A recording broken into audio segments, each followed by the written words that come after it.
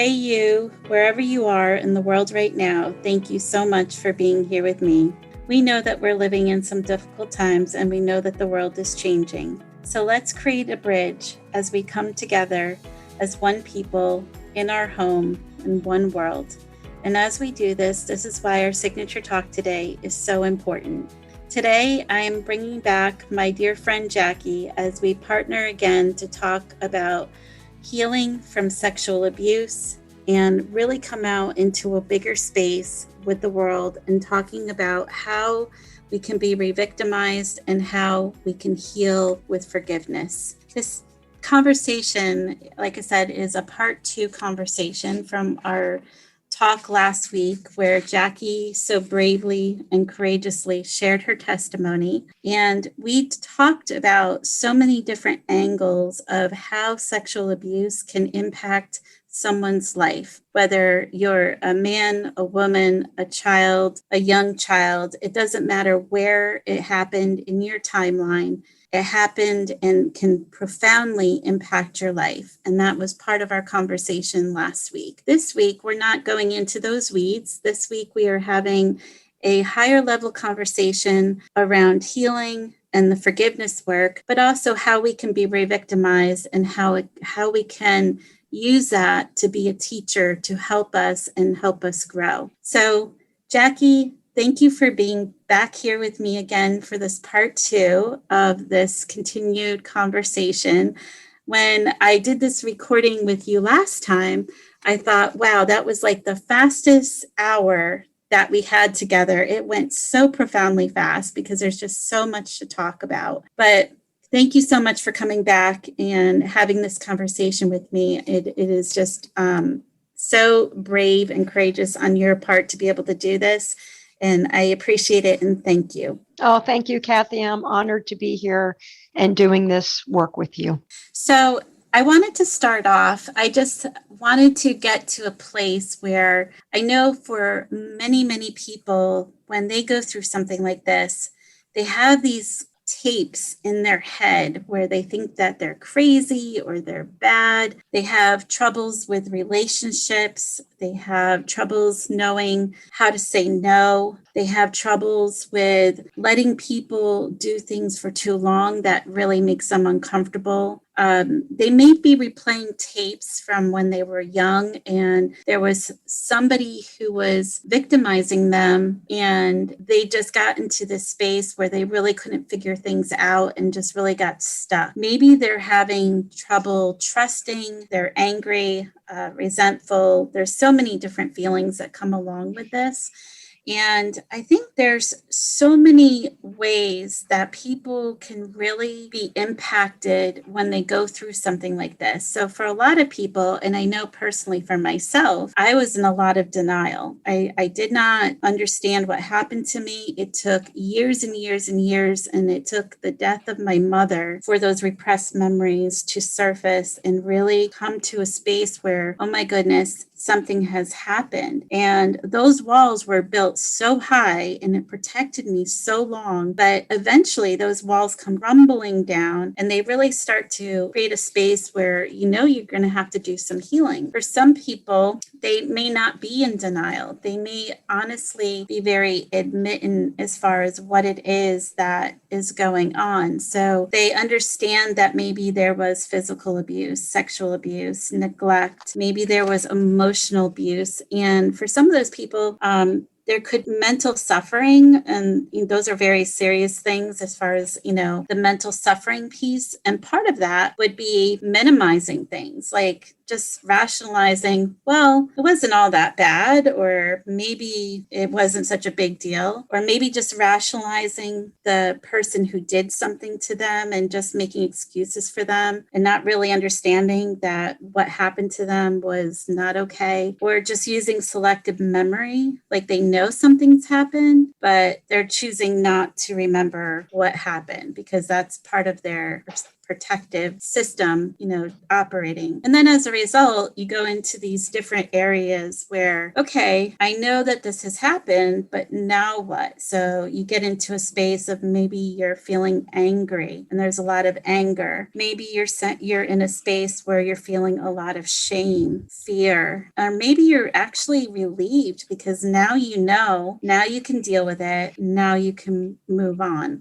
And I think for everybody's journey, it's very timely as far as what it is that they're able to do when it surfaces and comes up for them, because it's almost like this is being presented to you in this moment of time, because in this space right now, this is when God knows that you're able to handle what it is you're about to go through. So part of the difficulties that we experience, we have to trust that this is happening for us in this moment in time because God knows we can handle it. God knows that He is working alongside us to do this healing work, and we can move through this process knowing that there is this bigger picture that is unfolding, even if we can't see it. If we just keep moving forward, if we just keep working through grace, knowing that we are not alone, we're never alone, we can get to that next place. And profoundly, in your story last week, Jackie, you shared some of this process with our audience in your testimony. And I thought it was so courageous that you were able to do this in front of the Retreat to Peace audience, because we are heard around the world. It is an expansive audience, and there's a lot of people that really can connect to all of these things that we're discussing. So today,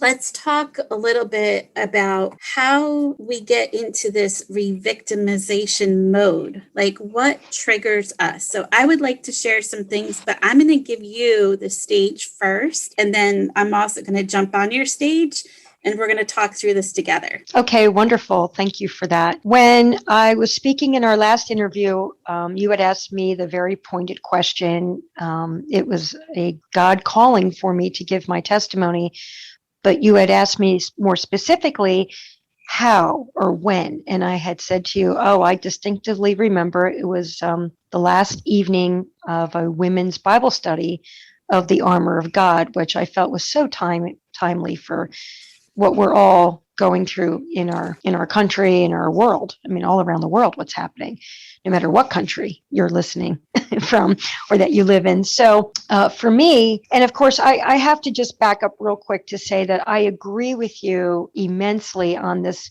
timing piece, because for one, I think I had said in my last interview, 46 years. So I think it's more like I'm 53 now. So I think I've been on this journey 49 years. I gave myself a couple years off there. I don't know if I was trying to like youth myself there or what, but it's been a long journey. And so when the time is right for that person, whoever you are, you'll know it. You'll know it. You'll recognize it. And for me, it was a God calling when God spoke to me and said, I want you to give your testimony in this church to these women of the community, of this particular church's community. I kind of questioned myself, like, God, are you serious? Because you were there. You know what I did. There's no hiding the secrets from God. He sees it all. You might be able to hide this from relatives, friends, your children, even yourself, because the lies we tell ourselves to continue down certain paths, but we cannot hide from God and we cannot lie to God with what we're doing. And so, the first thing is kind of like the courageous piece, like, can I really do this? I mean, my heart is so open to helping so many women or men or children that have experienced this, because I've lived it. And if anything I can ever say to comfort them or to help them get on their healing journey, I'm all for it. But at the same time, I'm human myself. So for me to expose, let's say, my dirty laundry, that's not the easiest thing to do. But, again, God said, I want you to do this. So the timing was right for me. And so as I was, quite frankly, excited to share my testimony, even the bad parts, because I felt God was with me and I felt that it was a timed thing that this was my time to do this for others. And really, my heart is focused on others. It's not so focused on what's the horrible thing Jackie did, because let's face it, we've all done things that we're not proud of. And the lack of judgment, we need to have a major lack of judgment. We need to stop going around and judging others, because nobody's perfect. And there is no perfect person. And with that, there's no perfect church, there's no perfect pastor, and there's no perfect anything. And I think when we can really wrap our heads around that, it can help us to have more grace and patience and compassion. And so the revictimizing short little story I wanted to share with your audience was, when God gave me this calling back in March or April, it took me another month or two before I went to some women in my church that were leaders of some women's ministries to sit them down to say, hey, look, I really think that this is timely for people. I think people need to hear this. And I would like to do an invite, personal invitation for whoever this is calling to, whoever it resonates with, for them to come hear me. And my experience was not what I expected. It's because it was in a church. And so I felt that I had all this support. And it is so important that the way you and I discuss this with your audience, for people that are at different levels, I've learned through this experience that not everybody can come to your same place that you're at in your journey. So for me, right now, I'm able to speak to tens of thousands of people on this platform and just bare my soul and just come clean with everything, for whatever that gives anybody else any comfort or wisdom or courage to make the moves that they need to make. I'm there, but not everybody can be there. And so what I witnessed and what I was experiencing was these women that did embrace me, that said, oh, okay, let's plan this out 6 weeks out, and let's do an email invitation, and let's, okay, great. It ended up, as the weeks were going on and we were getting closer and closer to this testimony night, other people that maybe didn't even walk our walk, Kathy, they were being triggered by other things in their life, whether it be affairs, whether it even be a drug situation, bad relationships. Just from my story, they were being triggered in other areas. I was really sitting back and I was kind of like in awe of that, like, wow. And it was important that my voice was to be heard, but at the same time, it was important that I did not own their projections. I prayed for them. I told them I was sorry that things had happened in their life, that even though it wasn't my similar walk or your similar walk, it still was triggering for them. So this healing that we talk about, it's not a quick fix. It's not, oh, here today, done tomorrow. You should spend time with your heart, with your soul, with yourself, with others that you can trust, because I'm here to tell you that they stopped me. The end of the story is they actually did stop me from telling my testimony. I'm okay with that for a few reasons. One, maybe the timing wasn't right. Maybe the women that needed to hear my story wouldn't have made it there that night. Maybe it opened up the hearts and eyes to these other women that were triggered, that stopped me, to have them look at themselves to say, hey, I still have some inner work to do somewhere. I'm still struggling. I'm still suffering. Because truly, in my heart, this work I'm doing, it's not to hurt anybody, whether it be on this platform or anywhere I speak of this. I'm coming out and exposing it to help others in however that shows up for them, whether it's taking that first step and just admitting that they were victimized and that's it, or telling their whole story, whatever that means for them. That's where I'm coming from. And so it's so important to know that you have a voice. It should be heard with somebody that you can trust. And even if somebody doesn't listen or tries to project their fears or insecurities back on you, please know that that doesn't belong to you.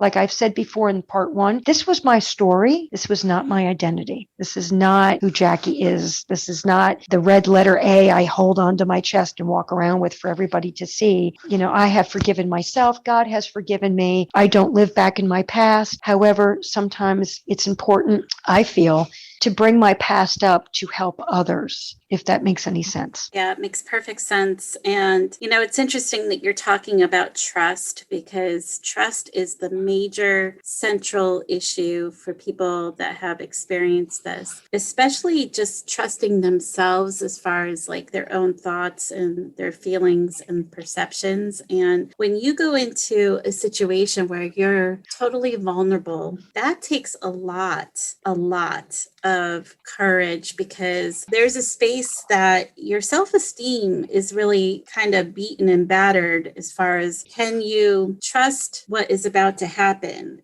Because you come from a space where, unless you've done the healing work, you're feeling unworthy, you may be feeling unlovable, you may have difficulty fitting in, you may not even trust your own intimate relationships that you're with a partner. There's a lot of different elements of what happens as far as self-protection. And when we think about going to a church, we're opening ourselves up into a vulnerable space where we're allowing whatever it is that is the teaching is to be part of this. And when you do that, it is bringing you into a space of, is this something that I can handle? Can I trust it? Do I have anything that is preventing me from fully being able to allow whatever it is that I'm hearing to be processed and take it in? So when you're saying you're going to go and talk to the church and you're going to share your testimony and they're triggered, it's really interesting because they're living in a similar space, but they don't know what to do with it. Right. So for myself, and here I'm jumping up on the stage and standing beside you. So for myself, I was raised that you didn't go to church. I mean, my family, unfortunately, they were of, the mindset that this isn't something that you do. And as an adult, I started to seek out the church and I started to kind of,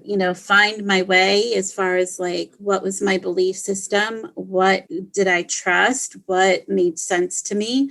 And I think a lot of people do that. They go through this self-exploration just to try to wrap their arms around who is it that I am, but also what is my belief system and how do I associate with that? So coming from the space that I did where I saw my guardian angel at 5 years old and just expanding my intuitive ability that I had, but also trying to expand it in such a way that I wanted to understand more about the nature of religion and God and all of that. So in the process of church shopping, which I will put air quotes around, I literally was put in a situation where I was in the audience and there's about 200 people that are in the congregation. And there is a priest who is telling the entire congregation that when they left the service, they need to go home and get online and ask for a repeal of a bill that was in place. They never said what it was. They never verbally said what it was. And that really, really bothered me. And for everybody in the audience, if you're put in a situation that you don't understand something, I encourage you to dig deeper, do your own research and find out what it is that you don't understand. Just don't take things for face value, especially in today's world. So as I'm sitting there and I start looking up what this particular bill was that they were asking the congregation to go and repeal, to my dismay, I find out that this bill was to literally prevent anyone who was victimized from something that had occurred within a time frame that was over 5 years or whatever it was, they would not be allowed to bring it to a court of law. For me, this was a time where there was this major superstar celebrity that was portrayed as a father figure in a TV show, and basically people around the world trusted and believed in this person to the extent that they literally formulated a value system around what was portrayed in the TV series that this individual was part of. And it was explosive when it came out that this particular person was being incriminated for sexual abuse of various people. So to say the least,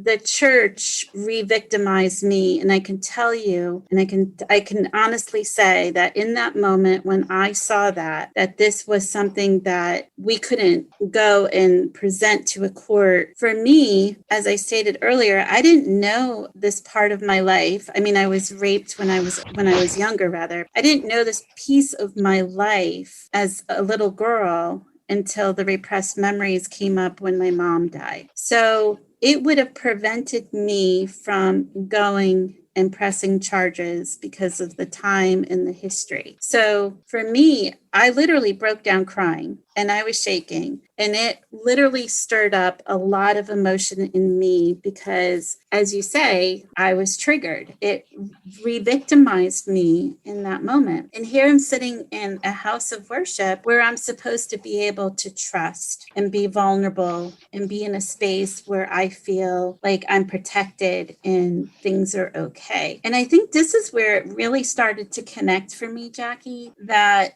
part of my journey, I had to go through that. I had to go through that experience because what it did for me is it really, really opened my eyes that this space and this process for me, I own it individually. And it is not a house or another person or a place of worship, rather, that I'm going to get my own identity and healing from. It really does come down to grabbing what happened, taking a hold of it, and knowing that my relationship with God, so my relationship with God personally, and what he was doing with me, that intimate relationship, that is the part that healed me the most, is knowing that I was fully protected and it was not by the church or a house of worship or a pastor or somebody else. It was me. I had to rescue myself, and part of that was the relationship that I hold with God. I totally agree with you. And that's so important that you bring this up. I want to finish out my piece by letting everybody know that I did go forward with, I didn't stop. I didn't stop. These particular few women that were in leadership of my church, they wanted me to give the testimony, but they tried to change it. They wanted to not have me maybe say some of the same things I said on this podcast. When you are courageous enough and strong enough to know that you have a voice in this, that it needs to be heard, do not deviate from your truth.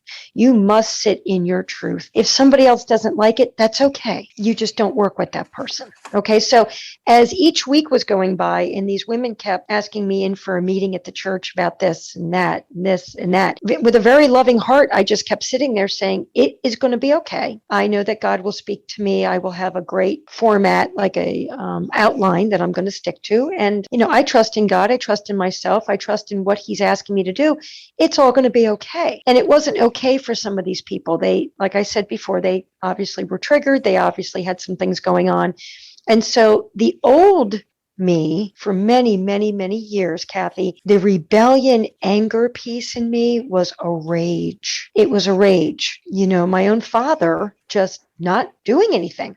I mean, being told by a professional, this really happened to your daughter. Me coming out and saying who it was, which were his father and his own brother, and to just talk about putting blinders on and ignore it. That sat with a lot of rage in me for many years. Some of the things I did with men, my first two marriages, although my second marriage did bring in my daughter, who is a total blessing in my life. But I just did things in life with such a rebellion force. I didn't care. I was fighting this ghost. I was fighting this past of this feeling of nobody stood up for me. Nobody protected me. We carry this inner child with us throughout our whole life. No matter how old you are, you still have that inner child. And my inner child through my adult years was screaming that it wasn't validated. It was screaming that it wasn't protected. It was screaming that it wasn't heard. So, as you come through your healing, you make peace with that inner child. That you say, okay, I'm the adult now, and I'm going to stand up for this inner child. And so each week at the church with these women challenging me, I knew I had to stay with my truth. I knew I had to stay with what was just in integrity and in truth for me. I can't sway from that, no matter what somebody's telling me, whether it's a church, whether it's any official in your life, you need to stand in your truth. And so very lovingly, I would each week keep coming in saying, no, we're going to do this, or no, I know I trust God and I'm going to say that. And so it really was bothering them, and they could not control me. Now, like I said before, there's no perfect person and there's no perfect church. And so whether it's a church we're talking about, a school we're talking about, a coworker, a relative in your family, I don't care. It's just for this particular little story that's been recent in my life, it happened in church for me.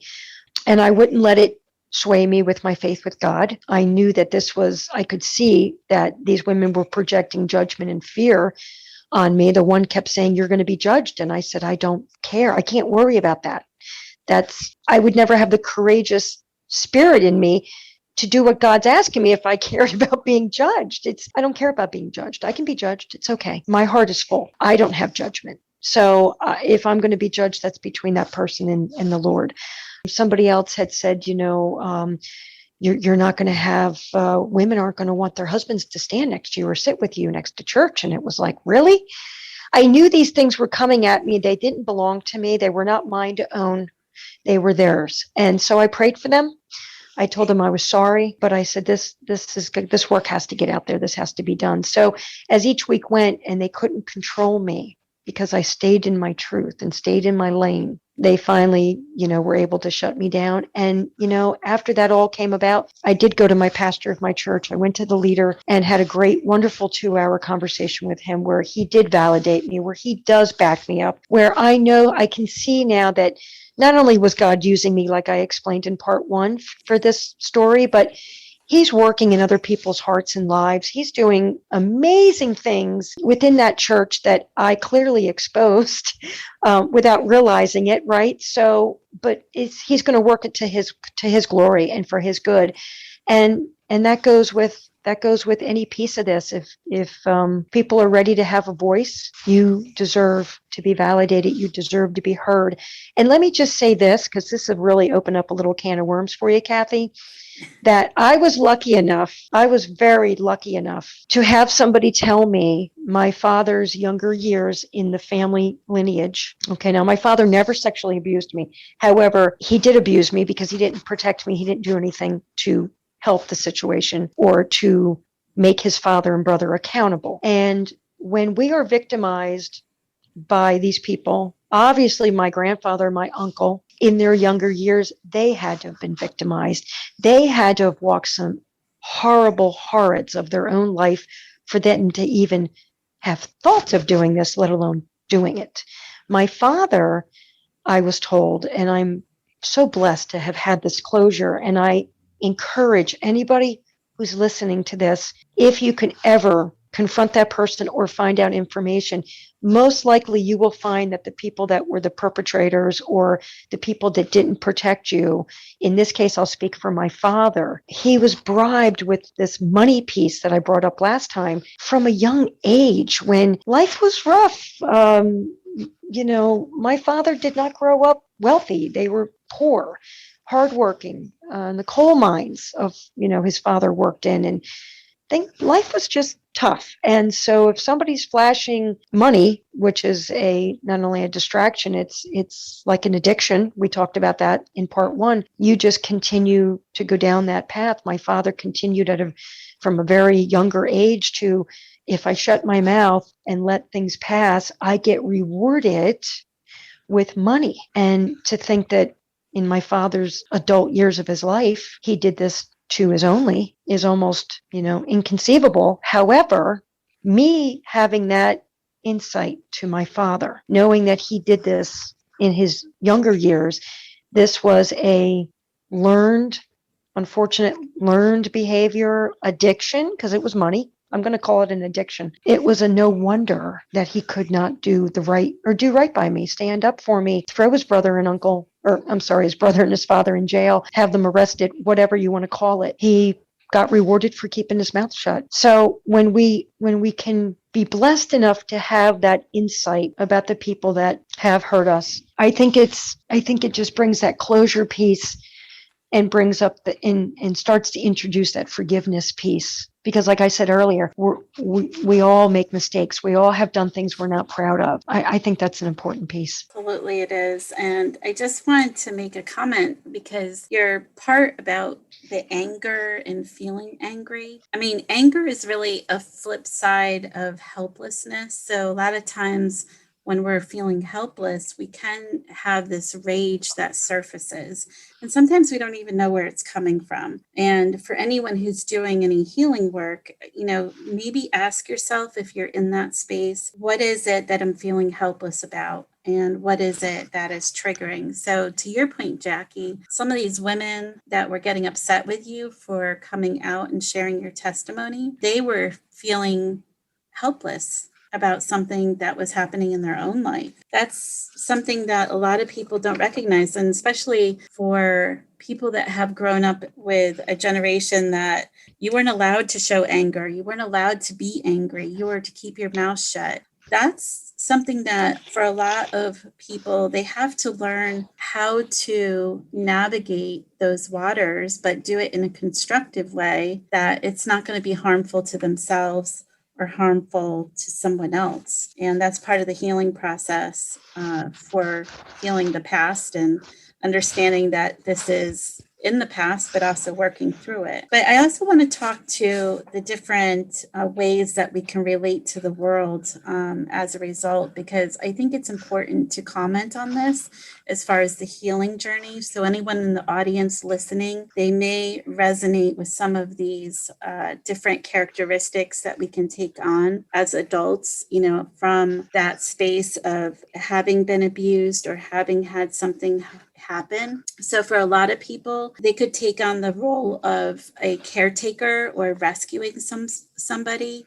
So they feel that they can serve and then they will never have anything bad happen to them, or they don't really balance things out. But then they end up wearing themselves down and end up resenting those people that they actually were serving. Some people actually become people that hide. So they'd rather be in the shadows and not be noticed and just, try to mask who they are as far as identifying their true authentic self. And then there's some people that just don't have boundaries. They just go and, fully expose themselves as far as what it is that they have as far as their person. So they can also be very vague with everything and just be very confused as far as those boundaries. And if somebody grew up in a home that was, inconsistent with rules, or they didn't have an opportunity to learn boundaries or rules, then it really can create a lot of chaos as far as their current relationships. Now, this particular aspect is something that I know for myself was who I was. So I would be in a space of like, nothing could hurt me. I'm tough. Nothing could hurt me. You would never know it by my demeanor or personality, but on the inside, there was a fighter, and she fought hard and persevered as much as possible. So also look for ways to just, postpone the pain and just get through things, whatever that meant. And sometimes that meant that it was at the expense of my own self in some aspects, like working 3 jobs and going to school full time. And people would say, how'd you do that? And honestly, I would never be able to do it now being healed because I don't have that ability. But, and then there's, some people that are just really floating through life. They're unable to connect to other people. They're unable to keep a secure job. They don't have a permanent home. They're just kind of, floundering and lost. And then there's some people that are just literally operating in a space of anger. So they're just constantly living in that place of being very angry and feeling very retaliatory as far as just not being at peace or having any kind of peace. Now, if anybody is in this space, I encourage you to please reach out for support, seek professional help immediately. There's some people that feel like the only way that they can make it stop is by dying. If you're in that space, please, please, please, get yourself some professional support. And then there's other people that are in a space of, if it hurts, then I know I'm here. So that's something, again, you want some professional support. I mean, there's a lot of people that have a really hard time just identifying what space they're in sometimes, and even putting feelings, attaching their feelings to what it is that they are experiencing. But the key here, let's talk about really navigating through these waters and really grabbing hold of this. And I know Jackie and I both have gone through this process. So the key here is really recognizing that you're going to grab hold of your past. You're not going to let this be a defining factor for you. And you're going to move outside this space of victimhood, but understanding that this journey, it does start with a single step. So you don't have to live in this space continuously. You can actually start to design a different path and start to design a different way that you're no longer living in that space. And part of it is just understanding that what happened to us in the past is in the past. It can't hurt us right now because it is in the past. So it's really important that you realize that you're not a child in the present and that you cannot relive the past. You're in the present. You cannot relive the past. So take this anger, if you have that, look for ways to express it, but do it safely. So maybe you take that anger and you turn it into a physical activity. Maybe you start running or jogging or do other forms of exercise. Make sure, that you're surrounding yourself with people that are safe, people that you can talk to. So talk to your friends. If you need to punch a pillow, punch a pillow. Do something that is going to help get this out of your body. Meditate, if that's something that you can do. Take some hot baths with Epsom salts, maybe get a massage, but do some things that are really going to help you get to a place of healing. And when something happens, don't just react, like respond, like hit the pause button and really look at what's happening and then respond. And look at ways that you can really be free of different traps that maybe you've been in before. So I like to call them the invisible walls that we bump into. We have these patterns in our life, and especially if you have had this happen to you, if you look at the timeline of your journey, and if you look at the triggering things that trigger you or trip you up or have you bump into these walls, there's something there that is a consistent factor or something that is showing up that for you individually is tripping you up. So try to identify what that is for you and maybe take a moment and recognize where it's sitting in your body.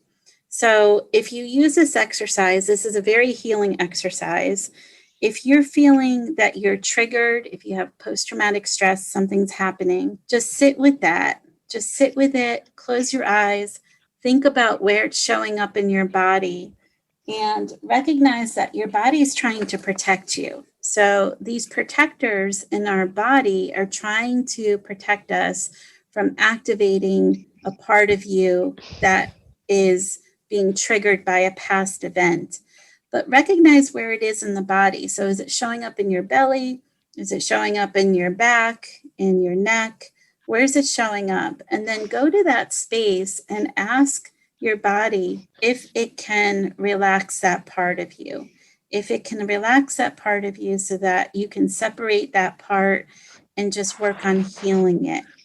This exercise is really, really powerful in regards to helping your body relax, releasing some of the trauma, but also getting into a space of healing. And that's really what we're trying to do, is just bring you to a space where you become more visible from your own authentic space for yourself, but also to the world, and really own your own power. So don't let anything hold you back, because what's happened to you cannot hurt you any longer. That is in the past.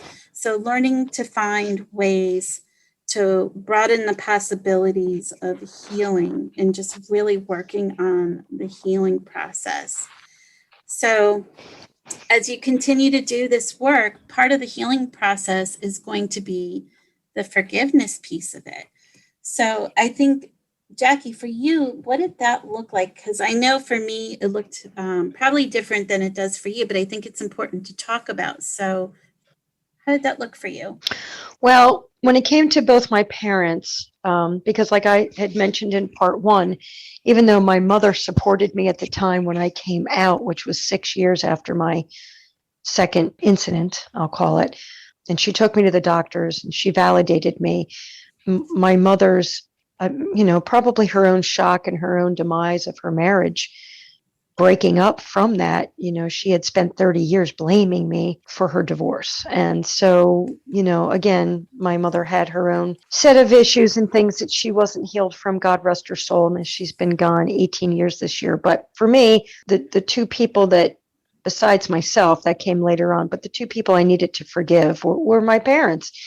I was lucky enough to see my mom 3 days before she passed. And I told my mom, and this was the beginning for me, when I realized that my parents only did what they knew. In other words, they only passed down or gave me whatever instruction, whatever tools they had. And in their toolbox, it was pretty limited compared to you and I, Kathy, and our life now. So, again, there's that compassion piece where we need to, recognize that, my mother loved me and she did all that she could do with what she had. Did it come up short? Yes. But could I at least recognize that and accept it?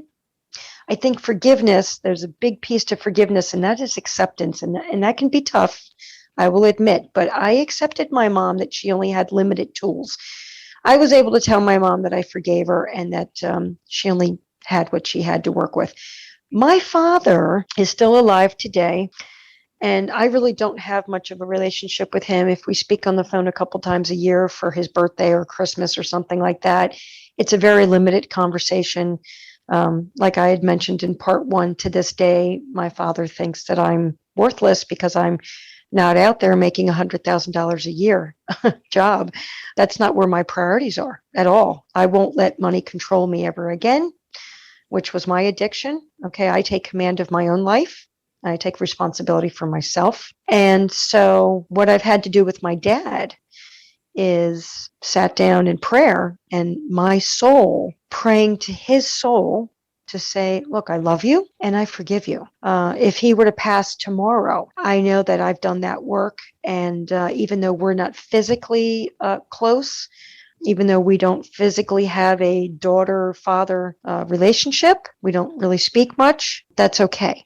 That's okay. I've accepted that as well. And I think it's just so important that either you can go to that person, like I was able to go to my mom, or if you can't, like in this case with my dad, you just pray or have your soul speak to their soul. And believe me, that definitely matters. And that definitely is doing the work. Absolutely. And for myself, I would say the forgiveness work, it's incredible because it is a gift that you give yourself. I know that sounds very cliche, but it is a gift that you give yourself. I know for myself, for years and years and years, I carried baggage on my back that I didn't even know was sitting there. And when I surrendered it and released it with the forgiveness work, it was like I was free, completely free. And it no longer controlled me. There was nothing that I had any fear around, and there was nothing that was binding me as far as weighing me down anymore. So part of it was just making a choice that I was going to make this decision for my own personal healing and growth, and to really evolve out of a space that I didn't want to live in anymore. And to much to your point, Jackie, the thing about this is you have to understand that when these things happen, these people that do these things that are just evil and cruel, they're not okay. They're just not. So when you sit in that space and really recognize that they're not okay, you see it through a different lens and you're able to separate it and you're able to say, you know what, if they were more in the line of thinking and understanding of what kind of harm or what kind of impact as a result of what they have done and how that would have impacted that person. If they were in the right mindset, I don't think they would have done those things. So part of it is just giving the grace and compassion and understanding that they're not okay in that space that they were sitting in. And, as we're having this conversation, I'm actually going to share a story because I was doing, I was actually, so I'm clairvoyant. I do have the ability to hear and feel and see and get this information. And there was a beautiful woman I was working with, and her intention question was, did my brother do this to me? And I didn't know what her intention question was, but he was on the other side, leaning next to a barn with his arms around his knees, sitting on the ground, just crying, very remorsefully. So even on the other side, his soul was trying to connect with her to let her know that he was so sorry for what he did. And as she started to share more of the journey, I find out that he became an alcoholic. There was a lot of trouble in the family. The mom was an alcoholic. And when you start putting these pieces together, you start to recognize that really these people that do these things to us, they're really not okay when they're doing these things. And for the most part, they don't recognize the impact or the impact not just on you, but the impact on themselves, the repercussions that they will receive themselves for doing something that was so incredibly hurtful. So when you're sitting in that space, I think it is easier to kind of let go and release because this forgiveness work really is for you. And I want to remind the audience that as long as you're sitting in a space where you continue to pine for what never was and never can be, you're going to be stuck in the past. So you really do have to get yourself out of that space. And you really do have to be your own rescuer as far as your healing work, because you have to give up this place of wishing that maybe your parents were different people, or maybe, whoever it was that did whatever they did, maybe they were a different person. But you have to give that up. And when you give that up, you're going to make room for the real people in your life. And I've said this before in other shows, these seventh power people in our lives, these are the people that just really love us for who we are. They're the people that love us authentically, unconditional love. And they're the ones that lift us and build us up and really bring us into a space where we are validated. We know we're safe. We know we're okay. Those seventh power people, that's your tribe. That's your soul connected family. And you have to rescue your own self to get into that space of building your tribe. And for some people, you may have to be that parent that you never had. And I'm not even saying that you have to do that for your own children. I'm saying you have to do that for yourself. So, because I didn't have those parents that I needed when I was a little girl, I recreated that not just for my children, but for my own self, because I needed to rescue me. I needed to rescue myself. There was nobody else that was going to do that for me. Absolutely nobody. And I really think that's where, when you can get to a space and you really recognize that every single decision you make is for healing and moving forward and just unconditionally loving your soul and yourself, no matter what, And who cares? Who cares if you're not perfect? You're perfectly imperfect and you're supposed to be exactly the way you are. And these experiences are a gift. They're a gift for you. They are a gift because when you turn that around and use it for good and use it with compassion and love, and you turn around and give that back to the world, that's exactly what you were supposed to do. I agree. I agree 100%. Absolutely. Because if you hold on to this pain, this past, this what if, why can't it be different? You don't realize the damage that one can do to oneself when you hold on to that pain, because that emotional pain reaps havoc on your body, physical body. And also, it's just good for karma clearing. You don't want to hold that baggage on your soul. Nobody here in this podcast is saying that it was acceptable what happened to Kathy or myself, that it's okay. If there's a situation in your life where justice can be served, then that's wonderful for you. And in my case, it wasn't. And so I think it's even in Kathy's case, I don't think it was for you either. So the people that are out there that didn't see justice served, or in some cases just don't even have a voice, think they have a voice, but they do. We're here to tell you that you do. These are all very important pieces, and the forgiveness piece is huge, because it's you were hurt, you were victimized, but you don't want to continue going on through life in that victim space, hurting others. I know personally for myself, I did. And, I've gone to as many as I could to ask for forgiveness for what I've done, and to be able to let go of that karma. I don't want that on me anymore. So it's, like I said earlier, a big piece of just not walking around a victim, you're a survivor, and also to recognize that you take responsibility, like you're saying. That adult now, if you're an adult and you're just getting on your healing journey with this, that inner child, your adult self can speak to the inner child to say, I got you. I got you.